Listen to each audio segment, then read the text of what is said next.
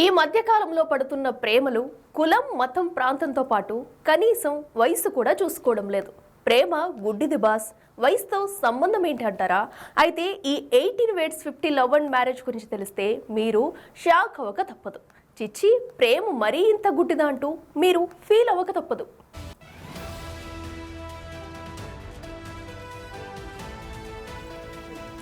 అసలు మ్యాటర్ ఏంటంటే, ఓ 50 ఏళ్ల వ్యక్తి ఓ మైనర్ బాలికను ప్రేమించాడు. విచిత్రం ఏంటంటే, బాలిక కూడా అతన్ని ప్రేమించింది. ఈ విషయం బాలిక ఇంట్లో తెలిసి సినిమాల్లో చూపించినట్లు ఆమెను తీసుకెళ్లి అమ్మమ్మ ఇంట్లో దాచారు. అయినా కూడా ఆ వ్యక్తి బాలికను మర్చిపోలేక ఆమె ఎక్కడ ఉందో కనిపెట్టి ఆమెను తీసుకుని వెళ్ళిపోయాడు. ఇద్దరు కలిసి ఓ గుళ్ళో పెళ్లి కూడా చేసుకున్నారు. వింటుంటే సినిమా స్టోరీలా అనిపిస్తున్న ఈ తతంగమంతా నిజంగానే జరిగింది.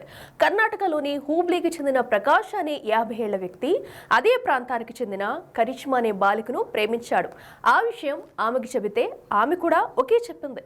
ఇక్కడ ట్విస్ట్ ఏంటంటే, ప్రకాష్కు అప్పటికే వివాహమై 2 పిల్లలు కూడా ఉన్నారు. అయినా కూడా వారిద్దరి మధ్య ప్రేమ చిగురించింది. అలా ఓ 2 ఏళ్ల పాటు వీరి ప్రేమ వ్యవహారం సాగింది. విషయం బాలిక ఇంట్లో తెలిసి ఈ విపరీత పోకడాలు ఎక్కడికి దారి తీస్తాయో అని భయపడి బాలికను మహారాష్ట్రలోని కొల్హాపూర్లో గల అమ్మమ్మ ఇంటికి పంపించేశారు.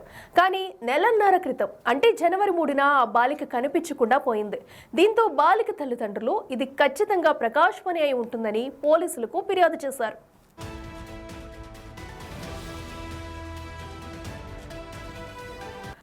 పోలీసులు బాలిక కిడ్నాప్ కేసు నమోదు చేసుకుని దర్యాప్తు ప్రారంభించారు.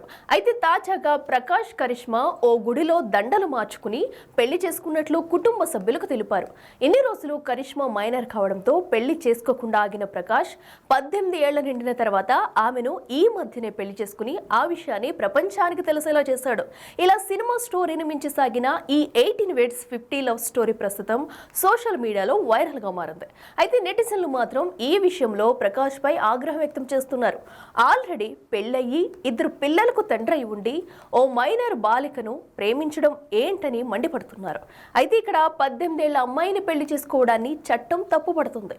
దీన్ని బాల్య వివాహంగా పరిగణిస్తూ ప్రకాష్ పై ఫోక్సో చట్టం కింద పోలీసులు ఇప్పటికే కేసు నమోదు చేశారు. అలాగే ప్రకాష్ పై ఇప్పటికే బాలిక కిడ్నాప్ కేసు కూడా ఉంది.